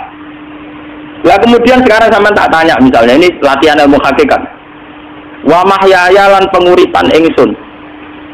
Kalau ingsun artinya fisik atau jasad itu keliru besar karena jasad tidak pernah hidup.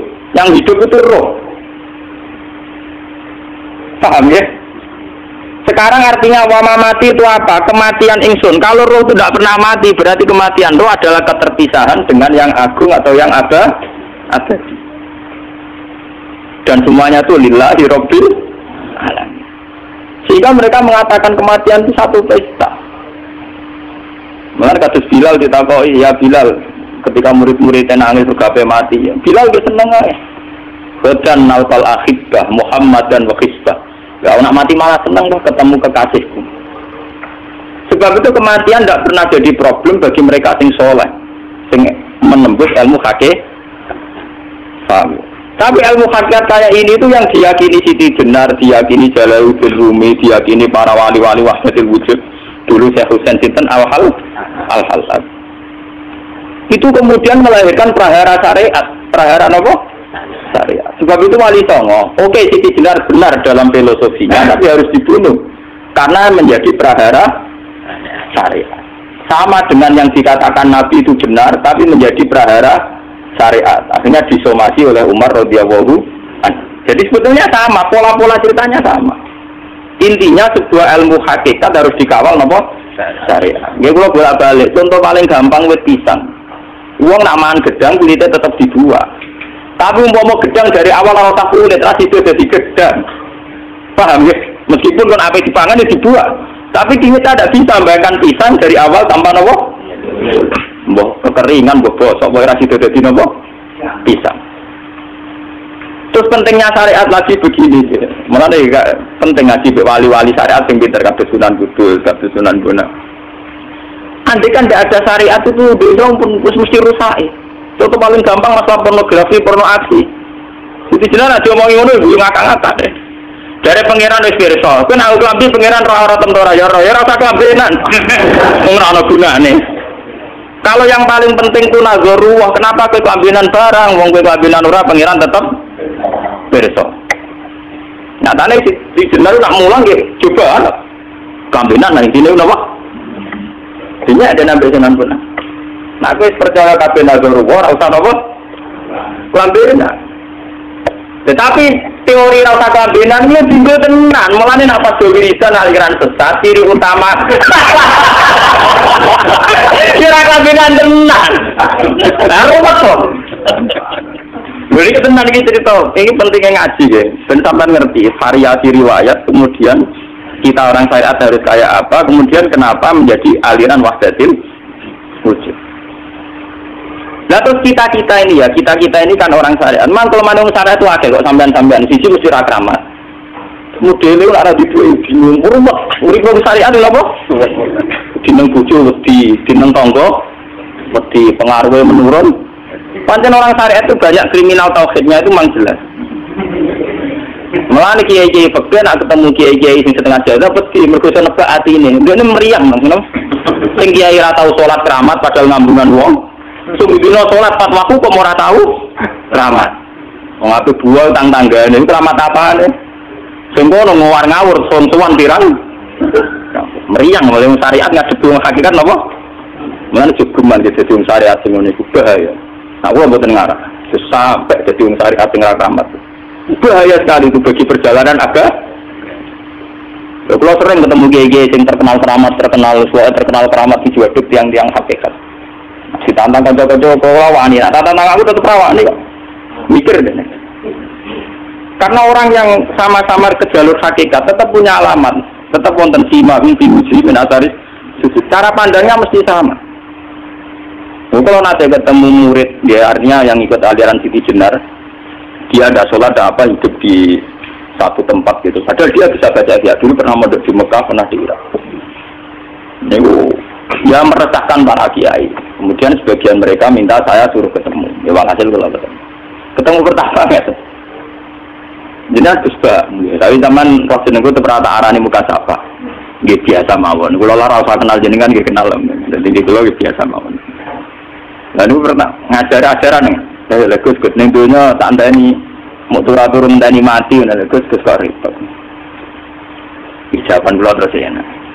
Sampai dari wong hakikat wong ndani mati barang. Ya mati wis saiki iku. Ora usah ngenteni saiki foto-foto wis napa? Wis mati. Ya saiki foto-foto wis urip. Wis foto kabeh. Nah cara ilmu hakikat kan terus sama semua. Napa? Sama semua. Tadi makanya itu tadi. Kalau baleni malih, logika hakikat itu begitu ya. Roh itu ditiupkan oleh Tuhan ke kita. Kemudian roh karena ikut alam fisik, alam jasad, roh ngalami yang kita alami. Ya. Ketika roh ngalami yang kita alami, dia tersiksa. Nah, ketika roh sudah terpisah dari jasad yang mengekang, yang memenjara ini, dia senang terus kembali ke Tuhan. Ini disebut inna lillahi wa inna ilaihi. Nah, jasad ini kemudian menurut ilmu hakikat tidak ada gunanya sama sekali, total. Hilang di telan tanah. Nah, kalau begitu jasad ini nambung gula-gulan. Gusti bathuk kula tak nggo sujud tangan kula ndi buktine tangan wis ra ono. Bathuk wis ora. Mulai dari Siti Jenar, hanya wali bodoh kayak kalian yang punya ajaran bodoh begitu. Malah rasukan. Mulanya Sunan Kalijogo semangat dan mata ini berkau tambah omongannya dua-dua dindi. Tapi yang nggak disadari Siti Jenar yaitu tadi. Inti dari ilmu hakikat itu kan tunduk sama kersane Tuhan. Kalau sudah tunduk pada kersane Tuhan, kalau kersane Tuhan roh kita harus di jasad. Dan wujud jasad kita ini juga karena kehendak Tuhan. Kenapa yang wujudnya jasad yang karena kehendak Tuhan engkau ingkari? Sementara wujudnya roh tidak kamu ingkari. Toh wujudnya jasad ya bi iradatillah wa bi masyiatillah. Wujudnya roh ya bi wujudit bi masyiatillah wa ira.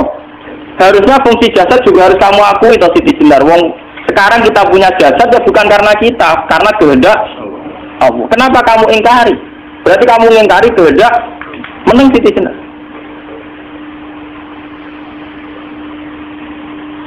Makanya hakikat yang pertama saya itu pasti khayal. Lah Siti Jenar itu hakikatnya baru yang sampai khayal itu. Sehingga dia tersesat. Sebetulnya kalau sudah hakikat beneran itu tidak perlu khayal begitu. Artinya perlu khayal jasad kita sing senajan ora ana gunane ini. Tetap piye wae wujudnya karena kehendak Allah. Juga kita harus terima. Apapun kekurangannya, apapun kenaifannya, ironisnya harus kita terima. Ini sebagai bentuk penerimaan kita pada masyiatil. Begitu juga keadaan roh kita sebagai penerimaan atas masyiatil. Meskipun ada teori-teori roh yang lebih valid misalnya begini. Tadi Nabi itu suatu saat ininya terputus karena perang Uhud. Itu Kanjeng Nabi dia dolanan dirijine niku. Napa cara niki napa jari jemari ini Nabi putus. Dia dolanan. Jadi Nabi sendiri kadang sering ngajarkan ilmu hakikat. Hal lagi illa usbun udmiyat wa fi sabilillahi ma la fi. Kowe ora trimo fisik, bentuk fisik jari jemari sing ditetir berdarah. Tapi nak kowe fisabilillah lalu wis balik ning gabi katem. Sehingga kenapa para sahabat itu ketika dicincang, ketika putus tangannya, putus kakinya, sahabat yang usul ke ilmu hakikat itu malah senang. Karena jasad kita ini kan ila sabilillah menuju jalan Tuhan. Sekali dia sudah terluka fisabilillah itu sudah menemukan formatnya. Cara teori Sino sudah menemukan formasinya. Paham tuh? Orang kok malah ngeluh itu berarti goblok kita ngeluh, paham tak? Paham ini apa? Jadi, makanya Nabi ngertikan, ya itu sudah ketemu formatnya. Ketika rohnya para syuhada nanti kembali ke Tuhan, dia ketemu formatnya lagi. Itu disebut wala taqulu lima yuqtalu fi sabilillahi amwat. Dia tidak mati sesuai formasi awal, yaitu roh kembali ke Tuhan dan jasad ikut mengawal. Nah itu Nabi kadang pakai ilmu hakikat begitu. Mulane kula bolak-balik matur, kula nunggih mulai umur 20 tahun napa pinten, kula ngadeni nggih gadah penyakit dan ekstrim penyakit saya. Sampai saat ini kalau nak ngobatnya tidak lebih 50%, karena saya tetap berpikir. Misalnya cara syariat kan berobat, tapi cara hakikat, apa betul keberadaan saya di alam ini penting. Sehingga aku kepengen urip tak bila-bila ini ngantekan ratusan juta. Jangan-jangan penting mati ikuti bang uripku. Lah nak ngono apa tak bila-bila ini? Ngantek ratusan juta. Jadi misalnya kita berobat ya mau, ya dari Nabi kan berobat ya berobat. Pokoknya kita Islamnya sini mau geruduk kadang kurang paham. Sekali kamu mengamati dengan sisi hakikat, coba sekarang sampean pikir, coba sekarang nggak pakai logika hakikat, pakai logika syariat saja. Saya ini misalnya asetnya 10 juta, misalnya, saya punya aset 10 juta. Tapi misalnya aku rugi nawan atau dipengaruhi di masa depan soalnya, kalau pulau kan soalnya cara teori di masa. Misalnya pulau rugen, artinya kere di duit 10 juta aset. Tujuan saya sembuh kan supaya aku iso sembuh sehat, engkau iso kerja untuk anak. Tapi karena saya sakit nanti operasi tidak 10 juta. operasi ndak 10 juta. Wong aku urip bayar mesti iso marisi anak. Apa meneh nek 10 juta tak ada nggo berobat malah jelas ra iso marisi. Lah anak ngono penting matiku ya dibang 10 juta. Karwan iso diwaris langsung. Sementara anak aku mari dibiayai 10 juta rong mesti mari 10 juta mesti anu. Artinya tidak ada jaminan kalau berobat itu secara visi ke depan lebih baik. Soalnya malah ngentekno donya nggak jelas akibat positifnya.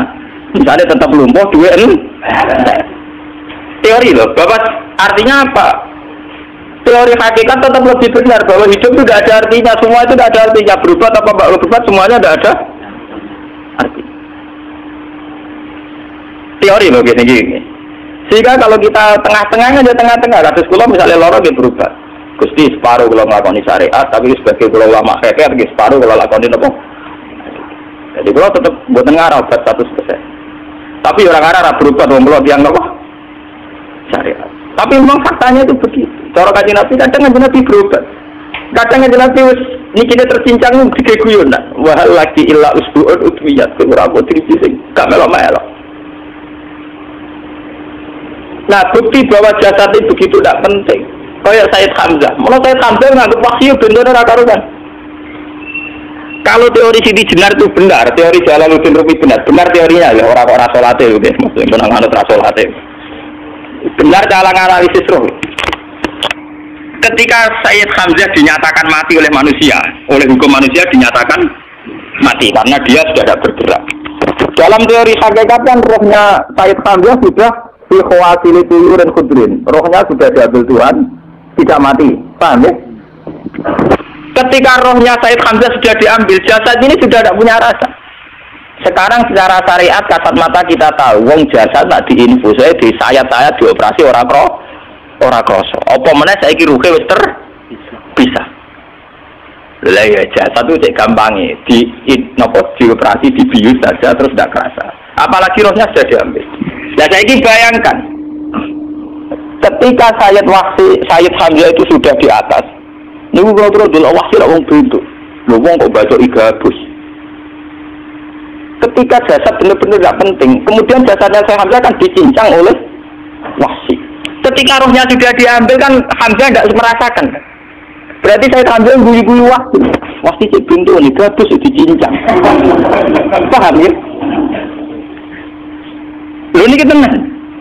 Artinya ketika pandangan manusia iba kepada Sayyid Hamzah karena dicincang, dimutilasi oleh wahsi tidak ngalami Pak Sinten, Sayyid Hamzah tidak ngalami apa karena rohnya sudah bersama Tuhan. Dan iso wae Sayyid Hamzah malah guyu-guyu wahsi cek gobloke gabus wedi cincang. Lah nak ngono rak mirip, makanya dalam hal ini itu dalam teori roh itu sebetulnya Siti Jenar tidak sesat dalam teori roh. Tapi jangan katakan itu penemuannya Siti Jenar. Siti Jenar itu terlambat. Sebelum itu ada Husain Al-Khallas, sebelum itu ada Jalaluddin Rumi, sebelum itu juga ada sahabat, ada nabi. Cuma cara aplikasinya Siti Jenar melenceng. Jadi jangan katakan kalau tak kampus-kampus itu pendapat Siti Jenar itu malah goblok meneng. Siti Jenar itu sanut, paham? Nggih apa? Masa anut. Nah, teori yang sama terjadi pada Yesus Kristus. Ketika Yesus misalnya secara lahir dicincang, dimutilasi, diapakan oleh orang Yahudi, sebetulnya rohnya dia sudah bersama Tuhan, kembali ke Tuhan Bapa, nah cara Kristen, nah cara Islam ya balik ini pangeran. Andaikan itu iya, itu ya ada masalah karena hakikatnya dia tidak dicincang, tidak dibunuh. Andaikan iya, tentu menurut Islam yang dibunuh Yudas atau siapa itu yang masuk bialah. Tapi sama sebetulnya teorinya sama. Kalaupun dia ada masalah. Oke, kalau misalnya Nabi Isa karena ada kontroversi menyangkut dia atau Yudas. Sekarang yang Zakaria dan ya Zakaria itu dicincang betul oleh orang Yahudi, matinya dimutilasi. Tapi dia tidak apa-apa. Karena ketika beliau dicincang, rohnya sudah diambil. Ini rumah tenan kan, bener untuk kendel mati paham kan ya. Jadi maksudnya ini kalau ajari, nah mati itu tidak problem. Ya mungkin kalau urip ya mati. Nah ini bersamaan paham ya. Kaitan la ilaha illallah ini nanti semuanya sama kaitan sama apa? La ilaha illallah. Ini nanti ujungnya sama dengan la ilaha illallah. Begitu juga seterusnya. Misalnya Yahya kalian sinten? Zakaria. Ketika Tuhan ditanya, Jadi tenggene alam malakut pengiran ditakok, ya Allah, Yahya dan Zakaria itu kan hamba pilihan engkau. Ketika dicincang nggak jangan biarkan. Ini di Yahya Zakaria dicincang. Aku itu ragu goblok dari pengiran. Sedurunge dekne dicincang jasate ruhe tak dipuk. Dadi dekne ora krasa blas. Begitu juga yang tafsir-tafsir sama lihat wa Maryam. Sayyidah Maryam yang istrinya Fir'aun. Itu kan dia iman sama Nabi Musa Asia, ya Asia imro'ati napa? Fir'aun. Asia imro'ati Fir'aun, ya. Itu kan dihukum oleh Fir'aun. Ketika mau ditumpahi napa? Batu besar. Itu Allah ketika di pangeran, ya malaikal mauti, cepat ambil rohnya sebelum dihunjami batu besar. Terus rohnya diambil. Sebab itu dalam hukum Tuhan, Tuhan itu tidak merasa bahwa Tuhan membiarkan Asia, membiarkan Hamzah, membiarkan Yahya, membiarkan Zakaria. Dalam hukum Tuhan semua orang ini roh-roh terhormat. Akhirnya nak anggo teori iki sing nyincang malah goblok wong gabus goblok sih. Ya ngono. Nah anggo teori iki malah berbalik, sing goblok sih nyincang. Paham? Yo jeneng kok sesuai sampean kiaskan saja. Wong didiyu wae saya gak kroso. Kaya apa nak ruhe bener-bener tercabut terpisah. Rasane nunggu. Itu disebut wala taqulu lima yuqtalu fi sabilillah napa? Nah kemudian roh ini kemana? Nah, roh itu sudah menyatu dengan kalimat tauhid. Mesti roh itu bersaksi la ilaha illallah. Itu sih disebut neng alam roh ketika Allah tanya alas tu birobbikum mesti qalu bala. Mesti mereka jawabnya apa? Bala. Karena alam roh tentu lebih mudah bersaksi akan keberhadiran dan keeksistensi Tuhan Allah Subhanahu wa taala. Paham ya ini zaman penting. Nah, ketika kalimat tauhid sudah menyatu kayak begini, itu mesti kalimat tauhid sing mesti langsung untuk swarga. Itu dimaksud Nabi mustaiqinan biha qalbu mukhlishon biha qalbu. Ati itu qalbu kan nggak bisa kamu artikan jantung atau liver kayak teori modern sekarang. Misalnya qalbu itu apa? Jadi kiai qalbu itu jantung. Nah, ngono beda ke liver. Lah liver apa kabidun? Itu akal-akalan aja betul paham. Bahasa kolbun, fikrun, aklun itu sesuatu yang misteri. Roh ini kemudian dengan kalimat tauhid sudah menyatu disebut mukhlishon biha qalbu. Ada tingkat kemurnian hubungan roh dengan kalimat tauhid. Nah kalau begitu pasti tidak boleh jannah. Karena tidak mungkin kalimat tauhid kok di neraka. Nah ini mau masalah-masalah hakikat. Uang sing gak tahu petualangan hakikat, momennya yang sering bingung, bakas duit, bayar kredit, utang jatuh tempo, orang kan kalau mikir, utang kan mesti tak mikir dulu. Itu mahasiswa sok mikir main pacaran, sing santri-santri sok mikir hakikat tapi bukan utang, kredit. Mana anut pulau mawon, pulau apa di urusan dunia, rada orisinal lah, kalau pulau barang rada orisinal. Ada tingkat erotnya dari dunia sudah bagus, maksudnya buat tentara. Pulau dari uang dipengaruhi raro. Dari wong kula ngalim yo ora roh mati rasa. Jadi paham lho logika niku napa? Sebab itu ketikane pangeran kullu syai'in halikun illa wajha. Lah selain roh itu syai'. Sementara roh sendiri oleh bahasa Tuhan tidak pernah dikatakan syai'. Itu disebut kullu ruhu min amri rabbi. Makanya Imam Ghazali ngendikan sangat bodoh orang yang menyamakan roh dengan roh. Roh itu tidak khalqu tapi amru. Dan dalam tradisi Tuhan khalqu dengan amru itu beda. Jadi tenggene siswalu disebut ala lahul khalqu wal amru. Jadi khalqu itu jasad, amru roh. Ala ini ngalawi tetap di Allah al khalqu tawi khalqu penciptaan dan itu terkait jasad wal amru roh karena kulir ruh tidak min khalqi rabbi tapi min amri. Kalau sudah amru itu manusia siapapun tidak bisa memahami yang namanya apa? Amru. Bukan kalau nanti ditanggapi. Makanya kalau syukur, saya kalau ulama yang rodok ngawur lah, saya kalau mantap disayang Kanjeng Nabi. Muka yang paham Kanjeng Nabi zaman akhir termasuk pulau, jelas termasuk pulau. Pulau tak angen-angen. Pulau kan sering maca Abu Yazid Al-Bustami ketika petualangan yang alam malakut yang langit dolanan. Tak angen-angen dulu. Panjang ada alam roh mungkin sedang. Tapi Kanjeng Nabi Isra Mi'raj, nanti ketemu Nabi Musa, Nabi Ibrahim, Nabi Isa, memang nggak ada masalah.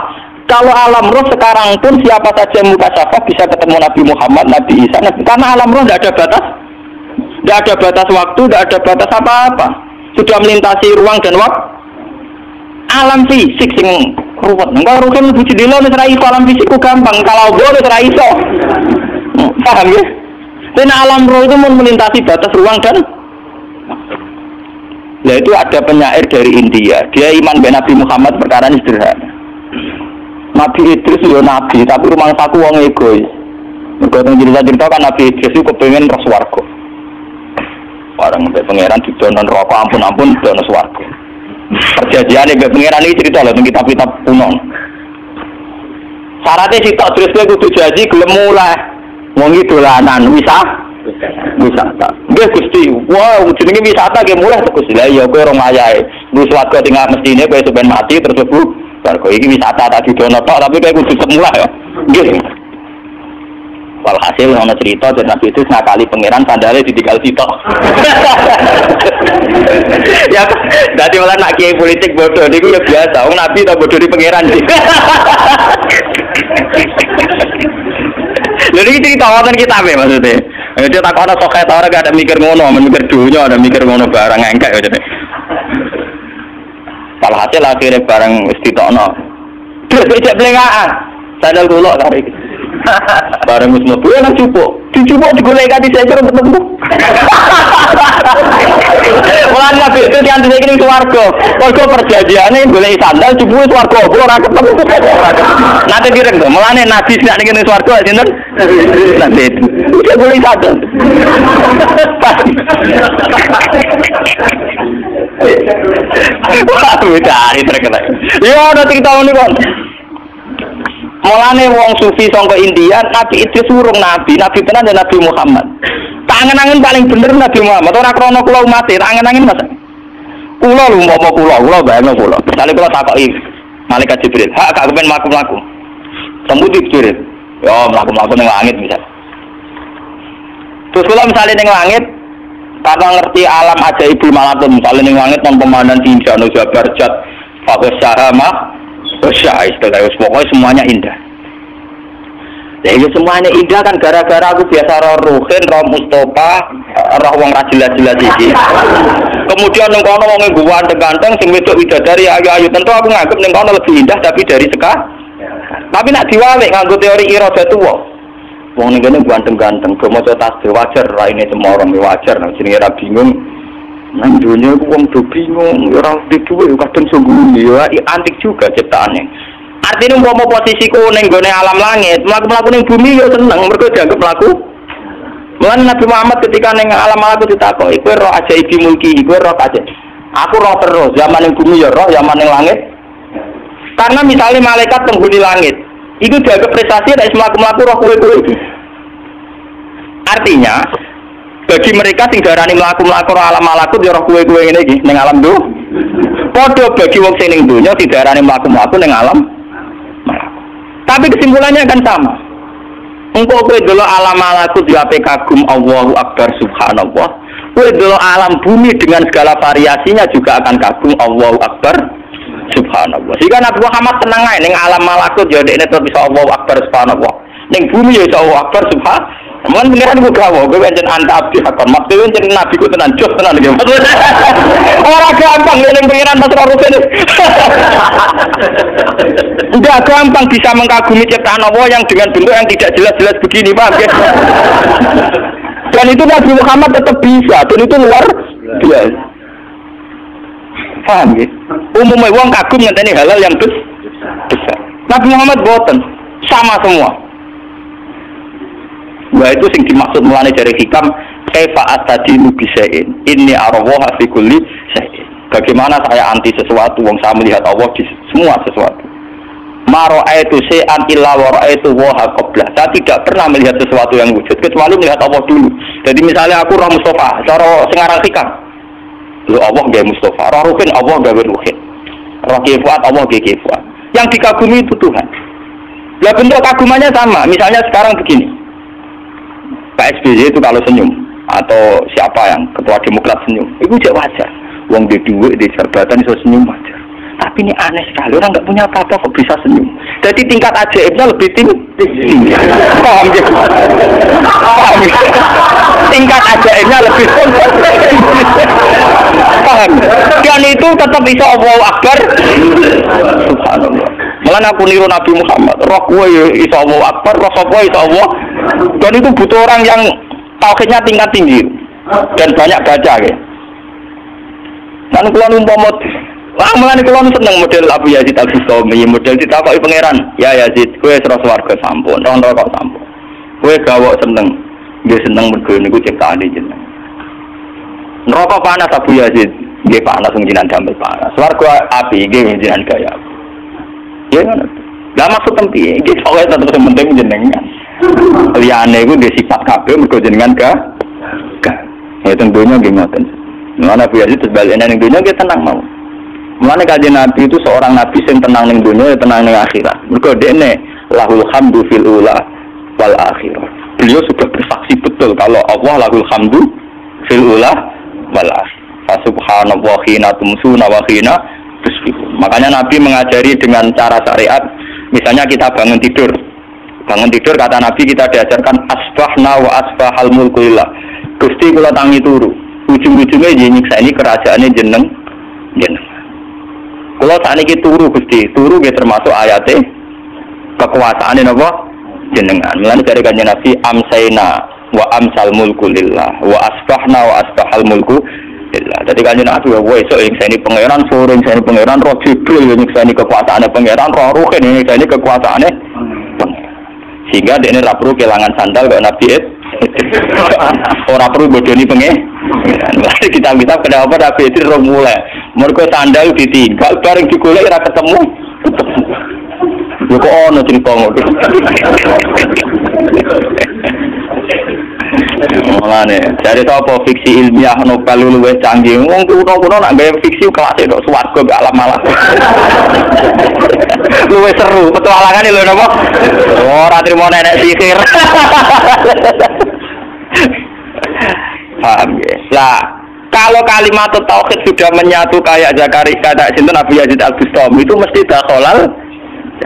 Dan perlu kamu catat, pertanyaan Abu Dzar itu pertanyaan bodoh wa insana wa insaroko.